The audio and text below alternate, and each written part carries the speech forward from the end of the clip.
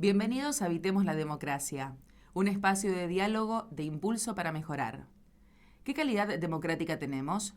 ¿Por qué han avanzado opciones totalitarias? ¿Por qué son ineficaces los partidos políticos? ¿Por qué crece la desconfianza y el descrédito hacia la dirigencia?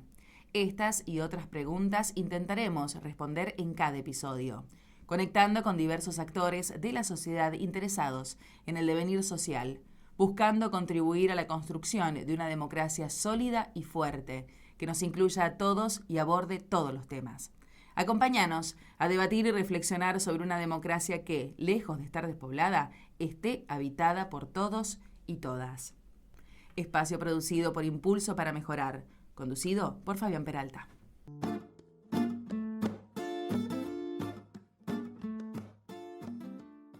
Bueno, estamos en nuestro primer episodio de Habitemos la Democracia y pensamos mucho quién iba a ser nuestro primer invitado y después concluimos que la persona que habíamos elegido era absolutamente la indicada. Estoy hablando de Juan Carlos Zabalza, para mí un dirigente ejemplar, senador, diputado provincial, diputado nacional, funcionario a nivel municipal, a nivel provincial, una cantidad de cargos a nivel partidario, fundador del Partido Socialista Popular, pero sobre todo un militante en el más cabal sentido que para mí tiene la palabra, que es una persona que destina su vida a un proyecto colectivo más allá de intereses personales. Así que para nosotros un gusto, Juan, que nos esté acompañando en este primer episodio. Para mí un placer enorme, Fabián, y agradeciendo tus conceptos, y quiero decirte que en un lugar privilegiado en mi pequeña biblioteca, que me tuve que achicar después de la pandemia cuando me mudé, pero tengo el premio Regino Mathers. Sí, así señor. Que siempre tengo recuerdos y también toda una cantidad de fotos que en verdad te digo que no me arrepiento por ninguna. No, porque bueno, es todo un recordatorio y sobre todo un compromiso para seguir adelante, que creo que es lo que le hace falta al país en este momento, sobre todo, porque le hace falta, por sobre todas las cosas, un pensamiento progresista, un pensamiento humano y un pensamiento que esté convencido de que no se puede volver para atrás, que hay que buscar cosas nuevas. Pero las cosas nuevas tienen que tener un rumbo claro. Sí, sin duda.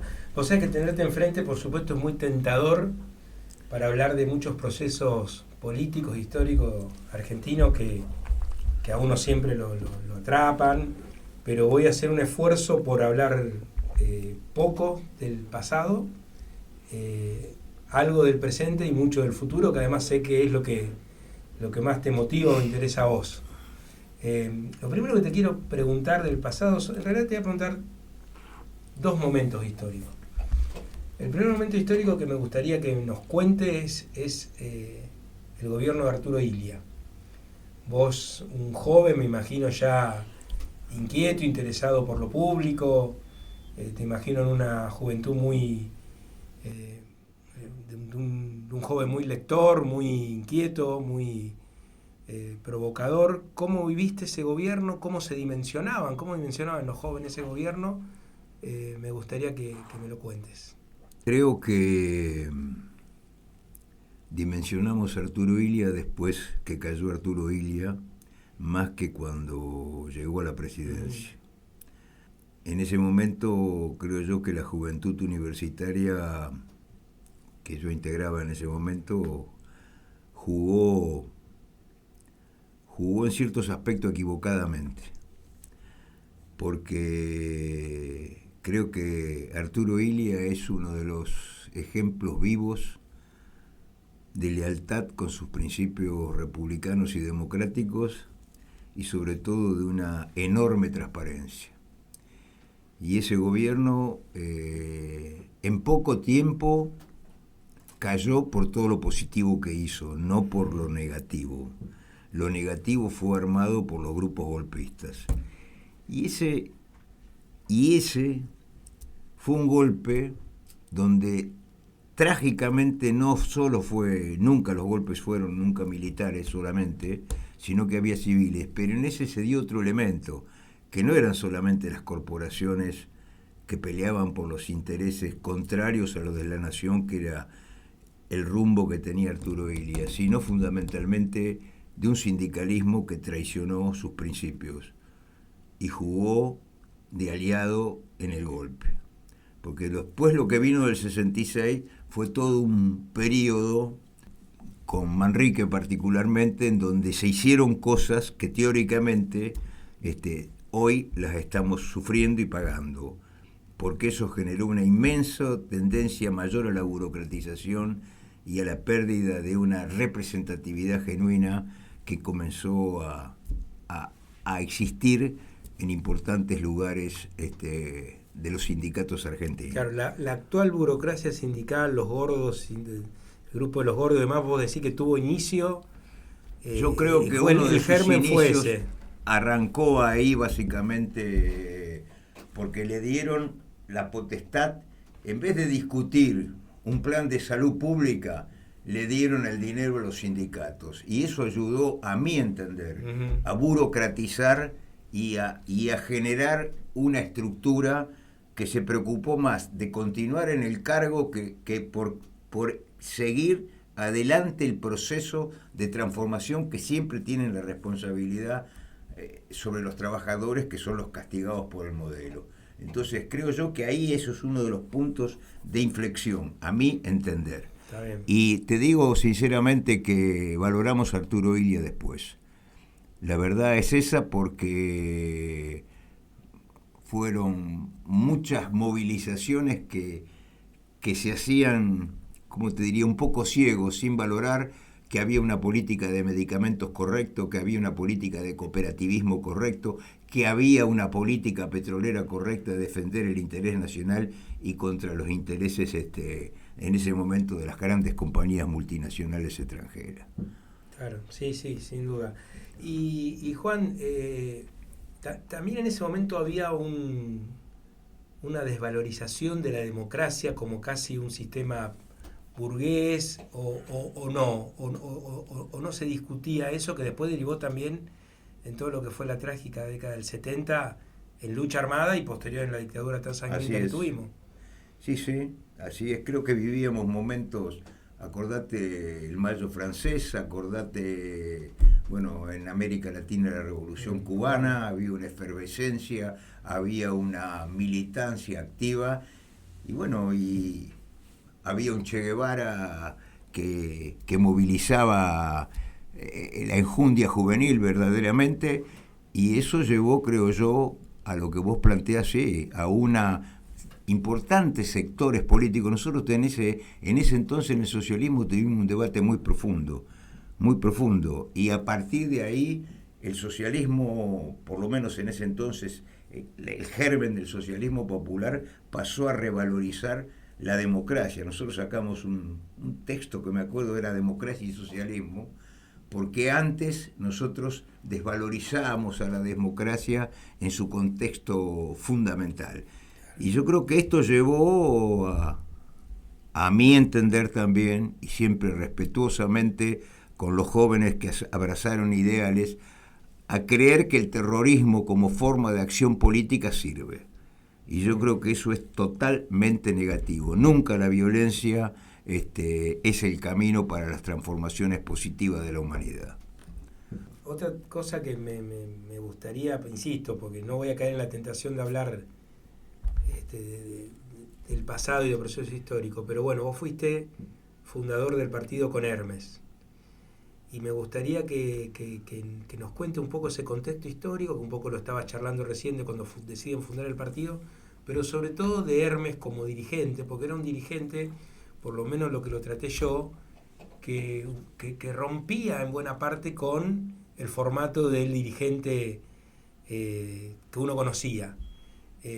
Contame un poco, ese momento que deciden fundar un partido, que no es tarea sencilla, pero después Hermes dirigente, Hermes intendente, Hermes gobernador, y tuvo una proyección. Y en esa, a ver, nosotros tuvimos un arranque muy rico.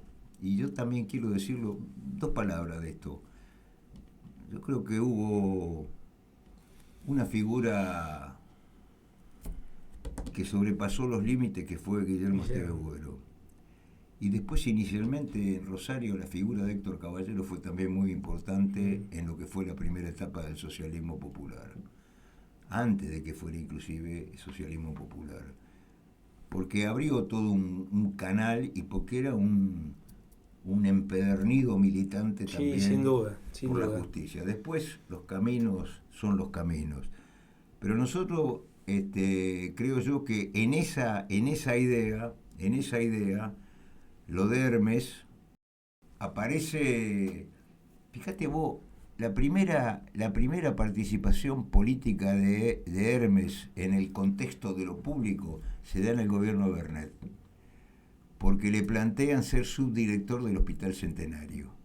Y nosotros lo discutimos en el partido, claro. En el incipiente. Lo discutimos colectivamente y asumió la voluntad política de estar en ese cargo, porque creíamos que se podía construir una idea de salud distinta, porque en ese momento también todos nuestros grupos estudiaban la realidad de la transformación de la salud tal cual la vivimos en una salud pública que generara la posibilidad de ser un derecho tangible para la mayoría. Y ese fue el camino. Y la verdad que lo de Hermes, para mí, Fabián, mirá que fue una de las personas que yo más cultivé, que más estaba, que nuestras caminatas por la Florida, los sábados a la mañana, o ir a tomar algo, pero siempre no había semana que no conversáramos 2 o 3 horas sobre distintos temas. A mí es la verdad un compañero que me ha sorprendido permanentemente por su visión, porque teóricamente él no era un gran orador de barricada, era un tipo que convencía hablando y mirándolo a los ojos. Esa es la realidad concreta. Y la verdad que siempre tuvo. Yo recuerdo anécdotas de él, por ejemplo, de decirle a un compañero que asumía la presidencia de una comuna acá en Rosario, apretarle la pierna con la mano, él, y decirle: estudia, pibe. ¿Cómo estudiar? ¿Qué me querés decir? Sí, estudiar, porque si vas a hacer una plaza tenés que ver con qué vas a hacer el banco, de qué material, dónde lo vas a colocar, consultá todo, valorá todo lo que significa para quien va a usar el banco ese espacio. Quiere decirte, un cerebro que excede el marco de lo que uno estaba acostumbrado como dirigente concreto realizador. Claro. Y después de otra cosa, de una profunda amplitud, porque él siempre incluyó en sus respectivos gabinetes gente que no era ni de la política ni del partido político, pero que tenía una certificación de un ser humano correcto y no corrupto. Claro. Y eso creo que ha sido también uno de los pasos fundamentales que él logró construir en política, porque abrió, porque la política no puede ser una cosa cerrada. Sí, no es lo que normalmente pasa. Él tenía la figura, vos te debes acordar, de la cadena. Él decía: el frente es una cadena, cada partido es un eslabón, necesitamos eslabones fuertes, porque si no la cadena se rompe. Así es. Fue absolutamente un hombre de partido, un hombre del socialismo. Jamás, en los peores momentos, te diría hasta político, una gran presión del kirchnerismo para meterlo en el gobierno nacional inicialmente. Claro, cuando fue la transversalidad. Exactamente. Pero, ¿cuáles son las condiciones para ser ministro de Salud? Un programa y equipo. Claro. No. Solo no. Y la oferta era solo. Claro. chuparte para liquidarte. Diríamos 180 grados de Lino Barañao. Sí, chuparte para liquidarte. Y esa estrategia no construye política. Claro, no, la diferencia también que es algo que nosotros creo que Santa Fe, no sé si vos coincidís conmigo, pero yo cuando iba a Buenos Aires todo el mundo nos miraba, incluso sobrevalorados a lo que uno podía pensar, con lo cual de alguna manera hoy sigue pasando. Yo hablaba el otro día con Sergio Abrevalle y me decía, no, usted en Santa Fe, comparado con la realidad política de otras provincias, pero a su vez, más allá de ese capital que tenemos y que hay que valorarlo, por otro lado está la construcción en poder diferenciar un frente electoral de un frente político. Totalmente. Y ahí es donde todavía tenemos mucho laburo por meter. Totalmente. Y donde los liderazgos son indispensables. Fíjate, vos hablaste de Santa Fe. Yo creo que Santa Fe hoy sigue siendo un faro. Hay cosas que a lo mejor tenemos algún criterio disonante con alguna cosa que se está haciendo, pero sigue siendo un faro de construcción política diferente. Y hay que defender esta construcción política diferente. Porque la clásica construcción política del partido subordinado a un único liderazgo ha fracasado y va a fracasar ahora con este tipo también que está ahora. Porque de arriba para abajo ya no se construye más nada. Construir estoy hablando. Vos podés destruir un país de arriba para abajo, pero no construir. Porque construcción significa un país con personalidad, un país con justicia social, un país con menos desigualdad, un país con más libertad efectivamente, y un país en donde cada ser humano se sienta partícipe de una cosa diferente. Escucha, Juan, que esa es yo creo que un debate interno que todo militante en distintas escalas tenemos, que es cómo armonizar toda esa pasión de militancia pública, todo lo que nos conmueve y que uno lleva en el interior, digamos, no es producto ni siquiera de un razonamiento de decir quiero ser así, uno es así. Digo, y a veces todo eso colisiona con la vida de uno, con la familia, con los placeres. ¿Cómo te encuentra hoy a vos? ¿Cómo es tu familia? ¿Cómo lidiaste? ¿Cómo pudiste? Yo recuerdo un libro que contaba, un libro sobre Forja, donde Scalabrini Ortiz decía que el lema de ellos era vivir solo para Forja, excepto las cosas que sean imprescindibles para seguir viviendo solo para Forja. Es un extremo y uno en la práctica necesita de otras, donde guarecerse, donde refugiarse, donde disfrutar y donde poder compartir con los hijos, con los nietos. No sé si vos sos bisabuelo. No, abuelo nada más. Abuelo, no, todavía me falta. Y nietos muy chicos.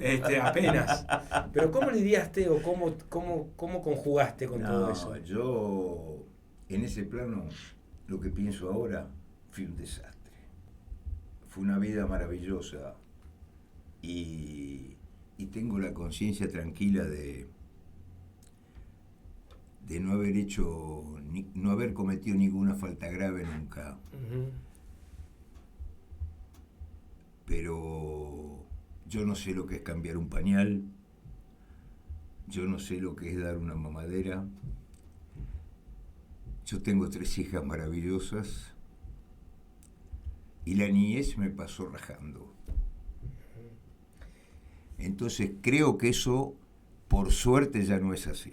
Porque nosotros estábamos aferrados y nos sentíamos protagonistas de una batalla épica, que era la construcción de un partido. Que disculpa que te interrumpa, sí. Pero yo digo que la generación militante que yo pertenezco fue una generación media gris, porque recibimos mucho de esa formación más dura de la década del 70.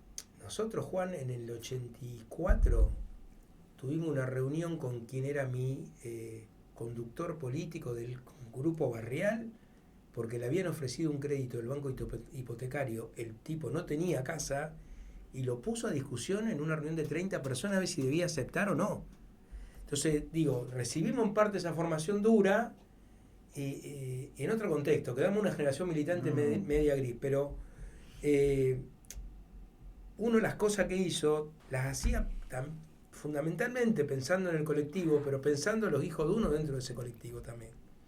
Sí. No era un desamor o una desatención, No. sino todo lo contrario.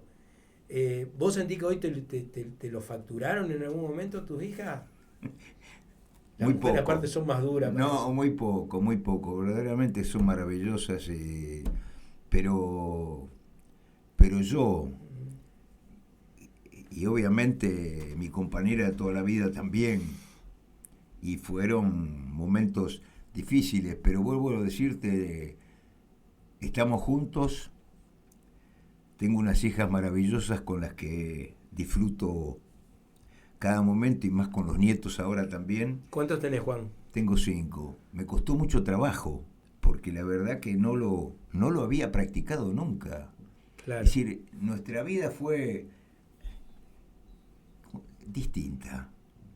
Ni mejor ni peor, no sé. Pero hoy yo celebro tener, como te diría, yernos que cambian a los chicos, que le dan la mamadera, que se turnan con la... Yo eso no lo hice nunca, pero no con conciencia de que debía hacer lo otro, sino porque estaba imbuido en un deber que era dar todo lo posible superior. dentro de la militancia. Claro, claro. Por eso te digo, lo miro autocríticamente, pero ya no puedo remediarlo. No, pero además era un contexto donde, esto que te digo, de forja. Totalmente. En otro tramo de ese libro, que creo que es de Orsi, no estoy seguro el autor. Puede ser. A mí me impresionó mucho, o sea, cuando lo leí, porque el tipo relata que Scalabrini Ortiz dice: un día llegué a mi casa y para mí es como que me suicidé. Mi vida personal ya no existía más. Entonces, explicarlo fuera de contexto eso, es pensar en una persona que no está en sus cabales, digamos. Pero en ese momento se vivía así. Había muchos ejemplos que a uno lo inspiraban para ir por ese camino, porque era el camino. Yo me acuerdo cuando fuimos a Plaza de Mayo, la única vez que yo fui en el gobierno de Alfonsín, que nosotros pensábamos que Alfonsín iba a declarar la moratoria al Fondo Monetario. Cuando Alfonsín quería hacer el club de deudores, Sí, ¿te acordás? y junto con el peruano, con Alan García. Alan García.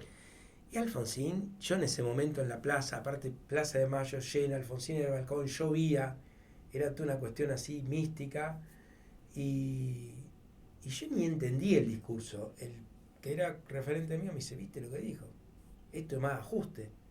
Y yo hasta acá pensábamos, ¿viste?, que íbamos a hacer la revolución. Entonces había todo un contexto. Yo creo que esa generación militante también fue muy ingenua. Nosotros pensamos que con la democracia, con el solo transcurrir de la democracia se autodepuraba, se corregía. Y ya yendo un poco al presente, yo creo que en estos 40 años avanzamos en muchas reivindicaciones o derechos civiles, individuales, divorcio, patria potestad compartida, matrimonio igualitario, voto a los 16, bueno, una cantidad, pero no hemos podido avanzar en los derechos económicos. Al contrario, en casi todo hemos retrocedido. Y un poco también lo que decía, para citar a otro prohombre radical, Moisés Levenson, decía: la democracia no se debe parar en la puerta de la economía. ¿Qué te parece que pasó a vos en estos 40 años para que hoy estemos, sobre todo con indicadores económicos, pobreza, desempleo, vivienda, no sé, lo que era la salud pública y la escuela pública, a la realidad de hoy? Yo creo que habría dos cosas, te diría, no sé si, no quiero ser esquemático porque está todo junto, pero hay dos cosas. El tema de la pobreza estructural que tiene hoy Argentina es por las cosas mal hechas. Acá han fracasado sucesivos gobiernos. Hubo un momentito, 3 o 4 años de Néstor Kirchner, después el resto del kirchnerismo fue un desastre. Lo de Macri fue más desastre que el kirchnerismo. Y lo de Alberto Fernández no tiene techo, la verdad. Y sobre todo lo demás al final.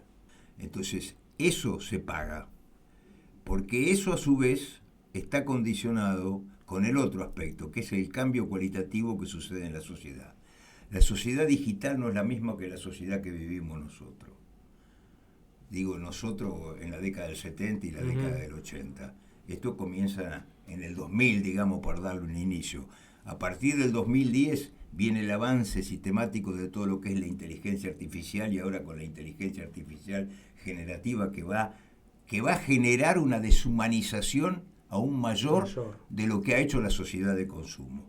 Y esto cambia los valores, porque si no es inexplicable, si no vos no atás el fracaso de los gobiernos sucesivos, el hastío de la gente frente a esos fracasos, el verso y el relato del Estado presente, que no fue Estado presente verdaderamente, sino que es un Estado que se satisfacía intereses personales de quienes gobernaban.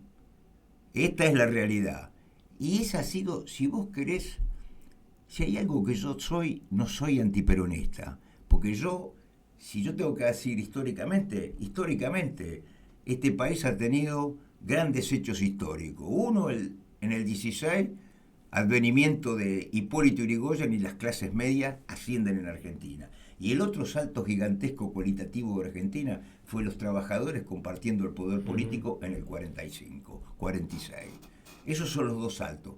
A partir de ahí, el peronismo, reiterando esos planteos, ha sido un fracaso absoluto.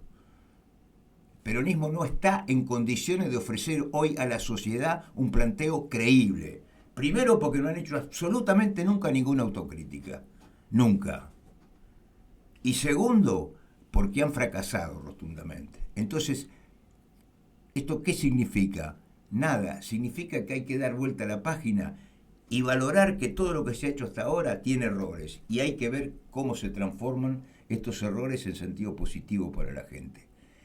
Y los cambios, para mí, son de profundidad. Es decir, hay cambios institucionales, hay cambios políticos, institucionales, porque es lo que dice Gargarella: vos no podés funcionar siempre con la caja de máquina que no funciona, y la caja de máquina es la estructura de los poderes. Vos tenés un poder ejecutivo nacional que niega el federalismo, concentra y distribuye clientelarmente, tanto en lo que significa la coparticipación en las provincias y los dineros que se giran por afuera de la coparticipación, como con las políticas públicas. Entonces eso hay que modificarlo. Vos tenés que ir a otro. Tenemos que ver cómo hacemos para que funcione diferente el poder legislativo en Argentina. Yo creo que es otra de las facetas fundamentales que hay que encarar. Creo que es fundamental, y creo que el eje esencial de este encaramiento es cómo nosotros propiciamos una mayor decisión ciudadana sobre las cosas. El tema del Estado, yo no me defino como estatista. No me como el verso de que el Estado es la soberanía. No, depende de qué Estado. El Estado burocrático construido en Argentina no defiende ninguna soberanía. Vos necesitas un Estado eficiente, primero y fundamental. Hablar de eso es fundamental hoy. Necesitas un Estado con control social para que sea transparente, porque no se puede de ninguna manera. Yo no creo tampoco que todas estas denuncias invaliden todo lo que está haciendo el gobierno de Milei, pero hay hechos reales. Y esto ha sido permitido por un uso burocrático del aparato estatal. Y esto no puede ser de ninguna manera. Entonces, yo creo que hay que atreverse a pensar cómo cambiamos. Es muy simplista, Juan, si yo digo, la discusión en Argentina va a pasar por sectores que van a reivindicar más versiones, opciones totalitarias, fascistas, y sectores que crean en la democracia aún con la total convicción de que hay que repensarla y un poco esto que decimos nosotros. El problema, cuando nosotros decimos habitemos la democracia, es porque decimos que hoy está desierta. Y la democracia sin gente la resuelven 4 vivos para los intereses que quieran. Las corporaciones la resuelven hoy, porque hoy el capitalismo transnacional y global maneja las economías por arriba de los propios estados.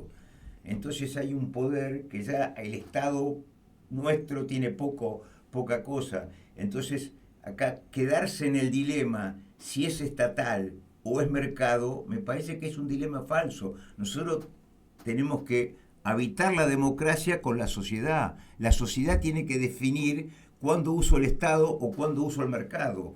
No sé si me explico, para dar los equilibrios, porque de eso es lo que se trata. Parece una perogrullada hablarlo así, pero de eso se trata. No, es así. Porque es así. Y a vos te habrá pasado más de una oportunidad donde a mí me pasó en su momento, lo pongo, a vos te tiene que haber pasado muchas más veces. Cuando discutíamos la ley antitabaco, yo me reunía con gerentes de tabacaleras y tantos de ellos como yo sabían que tenían más poder que yo. Entonces, sí. Quedó una evidencia de nuevo, ¿no? Claro.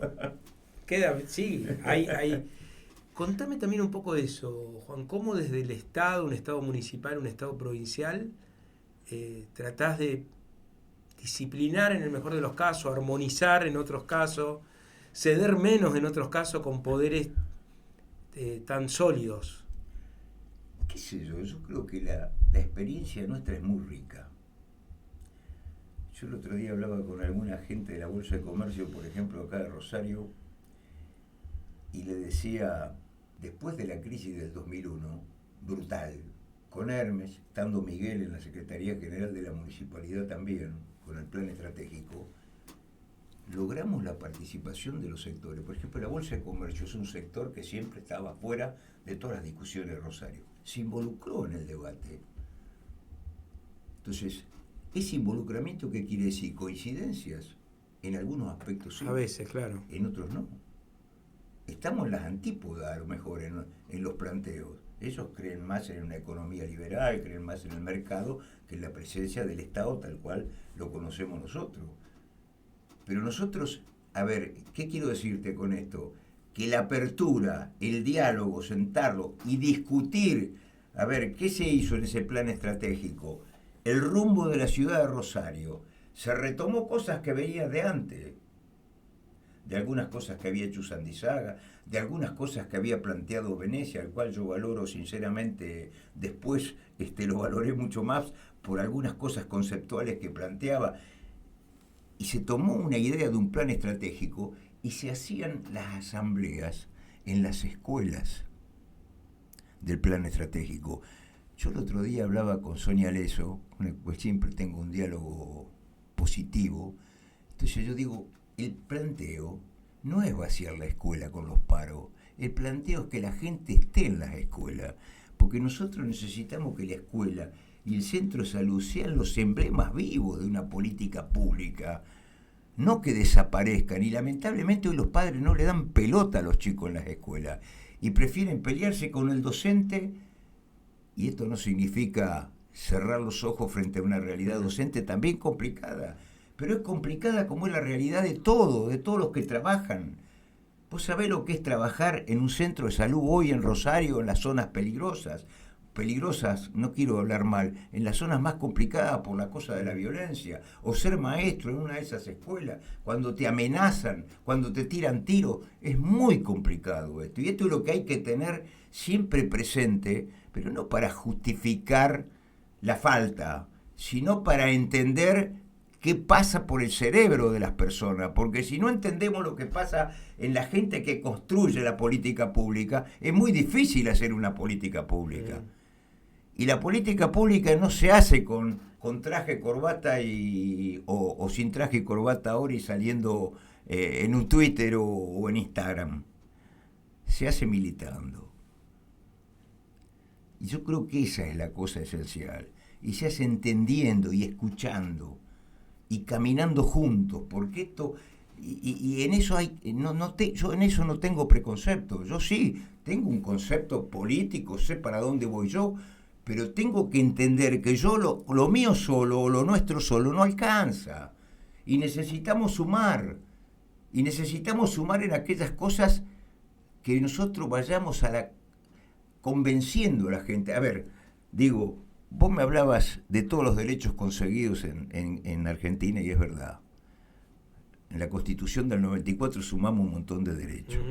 Esos derechos son letra muerta si no cambia la realidad de desigualdad social que existe en el país y de falta de una democracia efectiva con participación ciudadana. ¿Por qué? Porque la desigualdad contamina todo. Entonces, vos tenés una... y no hay sistema que la tolere, porque el sistema público de salud es limitado, justamente. Cuando vos tenés en 2 meses que se incorporan a un centro de salud 1.000 personas que perdieron su obra social y se van a salud pública, no tenés manera de darle respuesta, más allá que el sistema estaba pensado de manera muy inteligente, pero la ecuación social es lo que falla. Así es, la ecuación social y a veces los mismos protagonistas. Porque para que el protagonismo de los equipos estén, tiene que haber también un empuje y una claridad. Eso es lo que nunca perdió Hermes. Si quieres ponerlo en un rango determinado de dirección. Las cosas, ¿cómo te diría? Si vos yo creo que las cosas, vos tenés una escuela, un hospital, depende del director cómo va a funcionar. O no sé si todo, pero en mucho depende. Sí. Porque si no hay una claridad en eso, en lo que se empuja y en lo que se quiere construir, es muy difícil que la gente... Al contrario, la gente más vale se va acomodando a lo que está viendo. Claro. Sí, la diferencia entre conducir y administrar la realidad. Así es. Eso es literal. Escuché una cosa, antes charlábamos te preguntaba una compañera cómo estás a tu edad tan bien, y vos decías que vengo de nadar. Contame eso, ¿cuándo empezaste a nadar? ¿Por qué? ¿Qué rutina seguís? No, a ver... ¿Qué te gusta hacer? Yo retomé leer. ¿Qué estás leyendo ahora? Ahora estoy leyendo Eric Sadin, francés. Es el tipo que, con el libro de la era del individuo tirano, me abrió el mates para entender qué es lo que estamos viviendo. Ajá. Y ahora estoy leyendo el libro de él, el último libro sobre cómo el uso tecnoeconómico de la inteligencia artificial deshumaniza al ser humano. Que creo que es un tema que no solamente es nuestro, ¿no? Hoy en los países que ya están más cercas, pues lo miran con preocupación. Yo cuando lo veo a nuestro presidente actual, que él yendo a reuniones con los líderes de las empresas que de alguna manera tienen el horizonte de la ganancia y que imponen todo este ritmo vertiginoso de cambios, que no significa estar en contra del avance tecnológico ni de la innovación, que son las características por las cuales los seres humanos, muchas de esas características de los seres humanos habitamos la Tierra, porque si no lo hacen los seres humanos no lo hace nadie, sino al servicio de quien está. Y eso no está al servicio del mejoramiento de la calidad de vida de los seres humanos. Porque si hay un robot que puede hacer cosas que alivie un trabajo determinado, bienvenido, pero no entiendo un robot enfermero, porque ahí hace falta un ser humano. Y los robots jamás van a ser seres humanos, y esto es lo que hay que entender. La gente se cree que siente alivio en sus tareas y que puede derivar cosas. Hay cosas que yo creo que responsablemente no debemos derivar. Entonces, me fui del tema. Vos me preguntaste, está. No, está. Te Vos pregunté qué estaba leyendo y te pregunté de la natación, las dos cosas. Sí, vos me preguntaste de eso. La verdad que yo tuve... La cosa positiva de la pandemia para mí fue la lectura, porque, no sé, encontré tiempo para poder avanzar en una cantidad de cosas conceptuales. A mí me interesa, yo creo que leer no es simplemente leer, leer es pensar, y creo que hay que pensar, pero hay que pensar cada uno con su formación, con lo que tenga, pero de qué manera puedo mejorar y cómo mi mejoramiento no es mío, sino puedo compartir el mejoramiento, exactamente. Claro. Porque ese es el camino de la construcción de una sociedad, de una comunidad. Pero hoy tenemos, Juan, yo no quiero caer en porque no creo además en eso, que todo tiempo pasado fue mejor, porque eso sería terrible, pero la dirigencia política en general está muy precarizada, muy mediocre, muy... qué sé yo, antes uno tenía muchos ejemplos, esto que decían ustedes, que además todos, esa camada de dirigentes del socialismo era gente muy estudiosa, muy preparada. Nosotros también cuando empezamos, nuestro primer ateneo que yo fui se llamaba Mario Abel Amaya, y ahí teníamos los martes y los jueves lectura, o de un artículo de diario, o de un libro, y eso ayudaba mucho a la formación, sobre todo que decís vos, colectiva. Hoy, como, claro, la democracia está deshabitada, los partidos políticos en general están deshabitados, entonces termina habiendo improvisación también. Termina habiendo mucha improvisación. Sí. ¿Cómo hacemos para reconfigurar y aparecen los eso planteos mesiánicos o fáciles, digamos, de alguna manera, que todo se va a solucionar rápidamente, como pasa ahora este hombre que nos gobierna, que tiene una legitimidad de origen, evidentemente, porque lo votó la mayoría, y en ese sentido por eso creo que hay que afianzar el rol del Parlamento y afianzar los debates colectivos para de alguna manera plantear distancias, pero yo digo, a eso yo me refería, cuando yo lo veo reuniéndose con esos tipos, sí. que esa es jamás ha hecho una reunión, no visitó todavía ningún país latinoamericano, y ni Brasil, ni los países aliados del Mercosur, cuando la lógica nuestra en un mundo como está es consolidar espacios regionales. Son los únicos que pueden hacer tener de un nosotros sustento, una nación viable. pero totalmente. Mirá lo que pasó ahora con Brasil con el gas. Y es lo mismo, ni hablar, pero bueno, este gobierno el comentario de este gobierno sobre las inundaciones en la hermana ciudad de Porto Alegre, sí. ¿Cuál fue? Ahora va a subir el precio de la soja, ¿por qué no se hacen lavar? Esta es la realidad del vaciamiento cultural de la dirigencia política. Porque pensar que este tipo pueda ser presidente de los argentinos, yo no, inicialmente jamás creí que podía llegar. Sinceramente lo digo, y asumo, los últimos 15 días sí, ya lo vi, pero antes jamás. Sí, porque las cosas cambiaron drásticamente, evidentemente. Y hoy hay un pensamiento liviano que cree que las cosas se pueden resolver mágicamente, y no se resuelve mágicamente nada. O sea, Juan, que hay un libro de Marcos Aguini que habla de si la sociedad trabaja para la solución o espera la salvación. Que él dice, bueno, obviamente trabajar para la solución implica un rol activo. Esperar la salvación es un rol pasivo. Y un poco la mayoría de la sociedad por lo menos está en eso.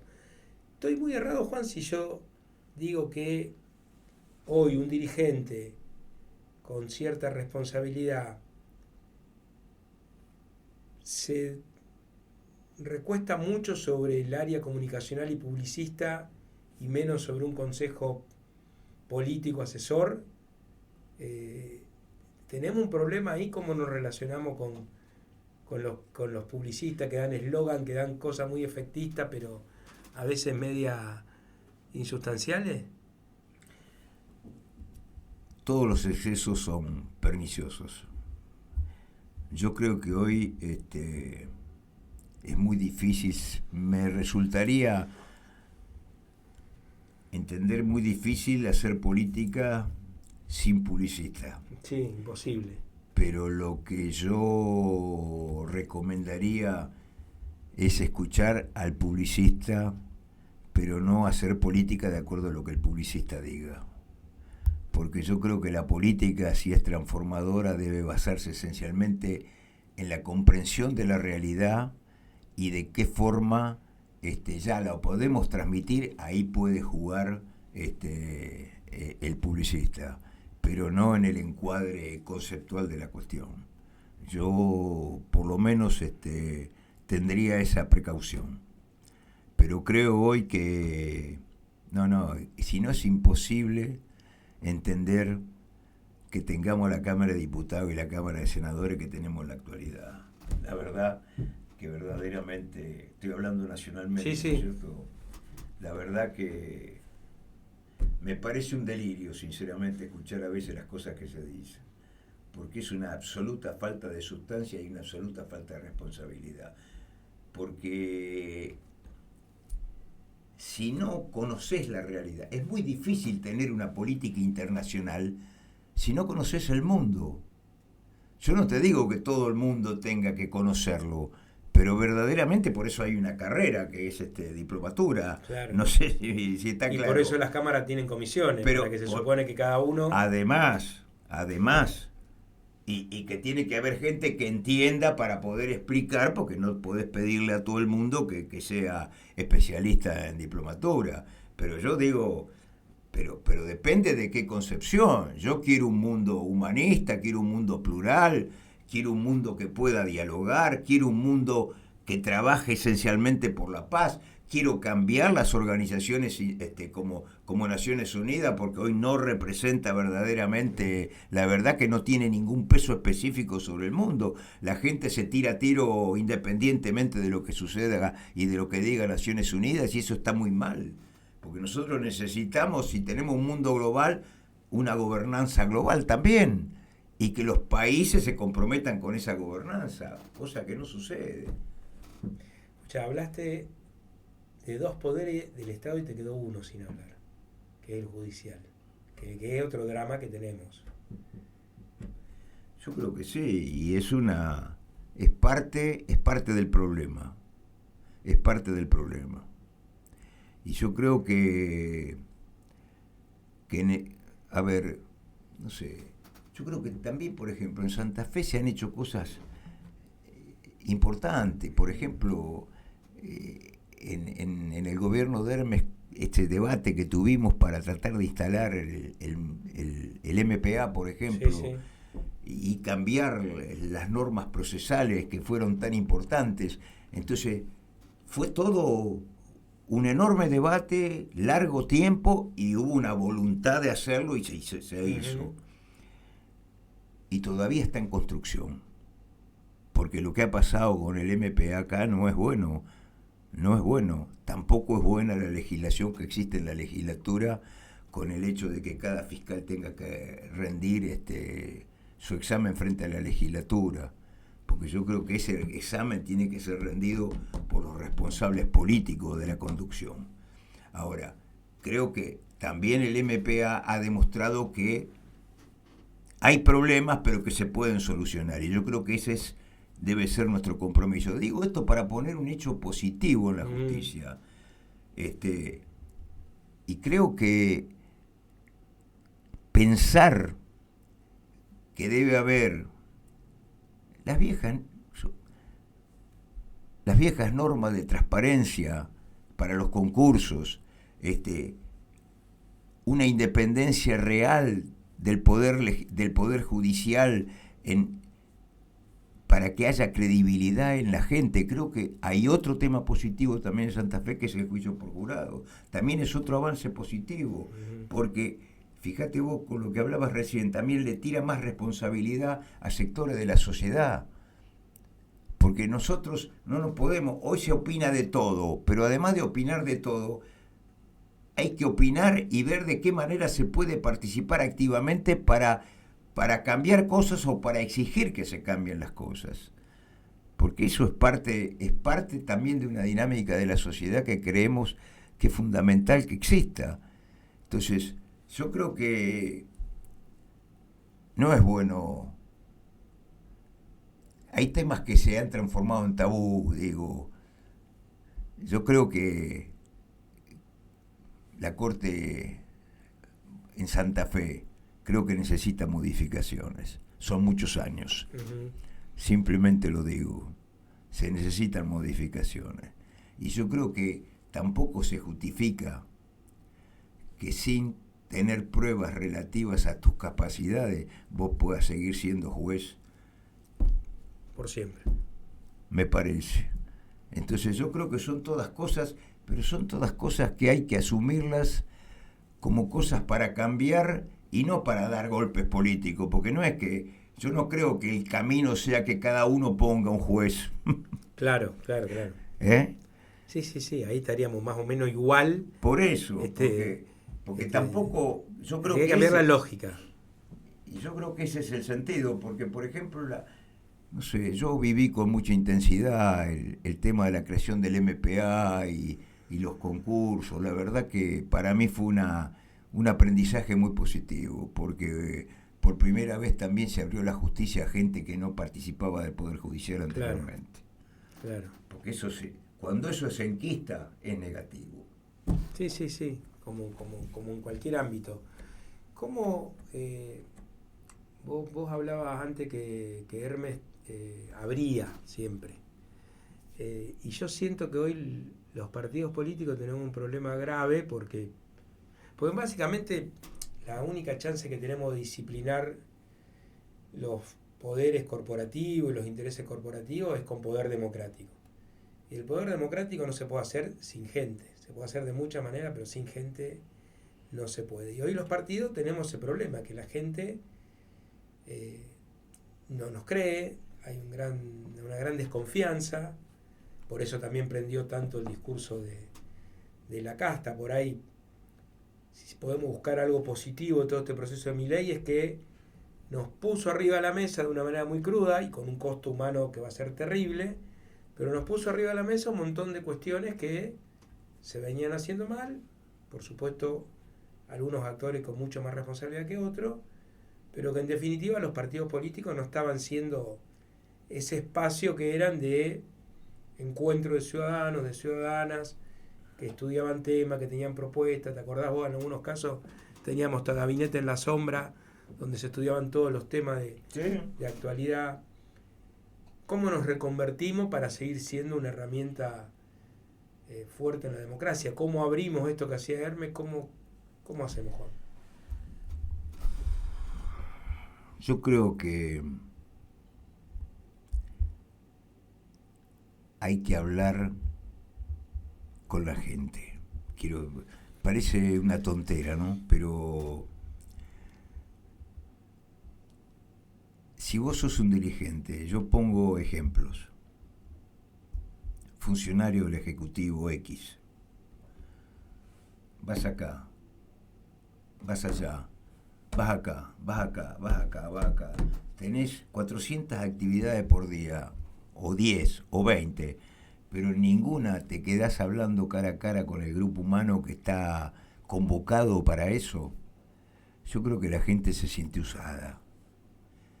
Y siente y percibe que vos no lo estás escuchando. Y que en definitiva fuiste, apareciste y te fuiste como una aparición fugaz.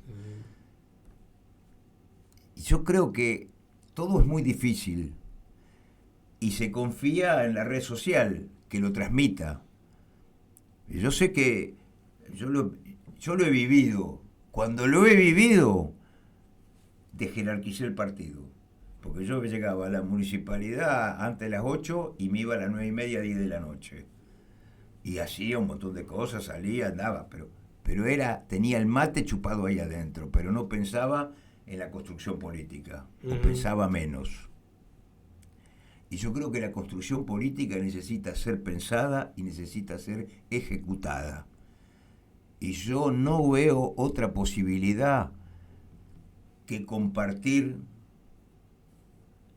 espacios de reuniones donde se discuta en serio en política, donde se estudien temas, que haya equipos que elaboren, evidentemente. Hoy nosotros estamos como partido, te diría, reelaborando una posición política, haciendo autocrítica, que para nosotros es bastante menos que los que han gobernado nacionalmente, pero de decir dónde estamos y cómo enfrentamos y cómo decimos lo que sentimos, cómo nuestros valores los podemos expresar a la gente y utilizando las redes sociales y todo lo demás, pero evidentemente con un contenido diferente, porque vos tenés que de alguna manera llegar y perforar el corazón de cada ser humano, porque cada ser humano tiene una capacidad, piensa con cabeza propia.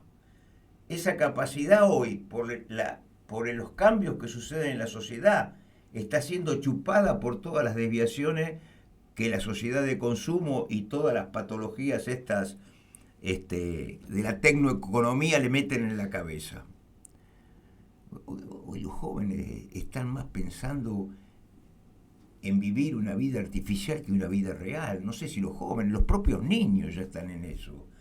Entonces yo digo, si nosotros no logramos penetrar en ese universo con otro mensaje, yo no veo la forma. Yo, por lo menos, mis experiencias y cotidianas son... El otro día tuvieron unos muchachos que tenían que cambiar un caño en casa, laburantes de un barrio, de Barrio Triángulo. Los dos habían votado a Milei.